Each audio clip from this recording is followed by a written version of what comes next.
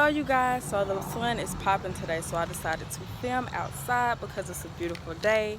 So anyways, this video is going to be about things that I think you need to know before you start your electrolysis journey. And it's not going to be a long video at all, so let me go ahead and get into these points. Point number one is you need to find an electrolysis that is near you. What I did when I was looking for mine, I just got on Google to see, who would be the closest one for me to go to, so I wouldn't have to, go too much out my way just to get my journey started. And once I did, see who was closest to me, then that's when I called them and tried to set up an appointment to see what they had available. The second thing that you need to know when starting your electrolysis journey is the pricing. I feel like that you should do what you can afford. I go to the electrolysis, I try to go to the electrolysis once a week, so I can keep on seeing results. And the electrolysis that I go to, I drive to Fort Payne to go to the electrolysis. So for an hour she charges $70, and at first I was like, what? $70? Like but then when I was talking to some more YouTubers who were documenting their electrolysis journey, one girl told me that she pays $140 every time she goes to electrolysis. So I started thinking like, okay, $70 isn't so bad. I was thinking that because it's gonna feel like that they're not getting any, that the person that's doing yours isn't getting anything done, because they have to go through each hair follicle to pull it out, you guys. Like, very time consuming, especially if you have a whole bunch of hairs like I do. So just be prepared for that. So yeah, like I was saying, she charges $70 for an hour, but of course if you want to go for less time than an hour, then it's at a lesser price.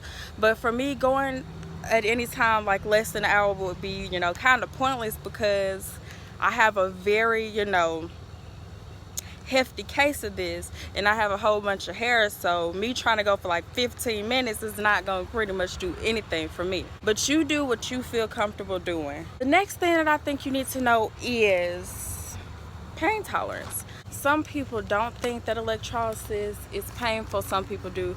I'm one of the people that I experience a great deal of pain when I'm going through my session. So things that you could do for pain tolerance is they could like offer you some numbing cream. The numbing cream did not work for me, so it's basically a waste of $20. You get what I'm saying? It was a waste for me. But you can also try like an ice pack. One time I did put an ice pack on the side before she started working on it, and I feel like that helped a little bit. Not fully, of course, because I was still able to feel certain things, but that helped to a certain degree. It helped better than the numbing cream did. Another thing that you can do is you can take like maybe a little bit of ibuprofen before you go, or you can take like an Advil 30 minutes before you come.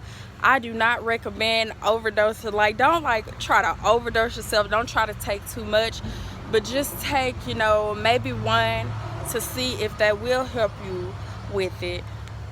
Or you could be one of those people that's like, hey, this isn't painful at all.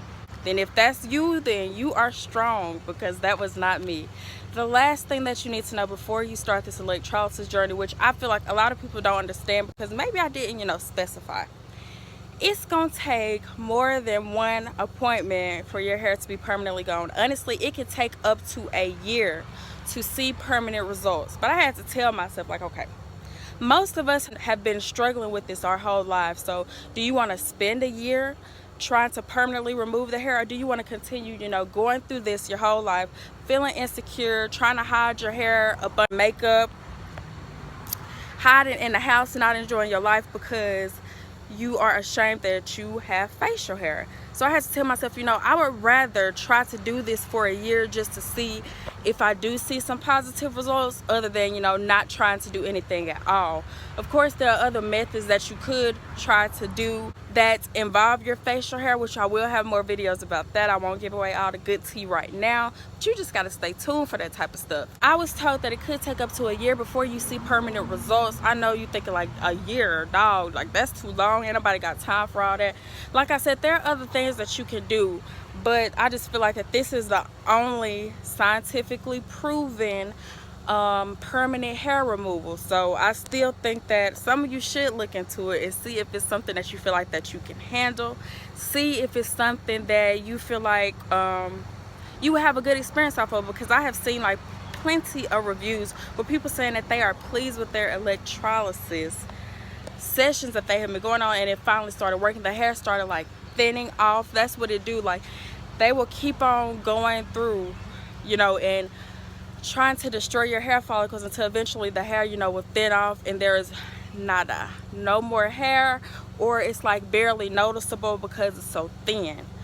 So yes, you guys, this was not a long video at all. I just wanted to share with you guys some tips that I think that you should know before you start your electrolysis journey. Go into it with a positive mindset. Think about how happy you're going to feel afterwards when, you know, you are experiencing the finished product, because to be honest, this is a problem that a lot of us want to get rid of. A lot of us don't even want people to know that we are going through it. I was just one of those people that stopped caring, because I'm like, wait a minute, why do I care what these people are saying about me when they don't even talk to me in the first place? Okay, like, makes no sense. But hey, you guys, make sure you do your research on it also. Don't just go into this blind just because other people are, you know, going through it, or just because other people are telling you like, well, this worked for me, because what works for some may not work for another person. Thank you for tuning in so much, you guys. Thank you for tuning in. I appreciate all the support. I appreciate all of my new subscribers, because without you guys, I probably would have gave up. But I'm glad I kept on pushing and that I'm getting this content out to you guys. And I'm just happy that, you know, I'm helping some other woman out there that is going through the exact same thing as me. So thank you guys so very much.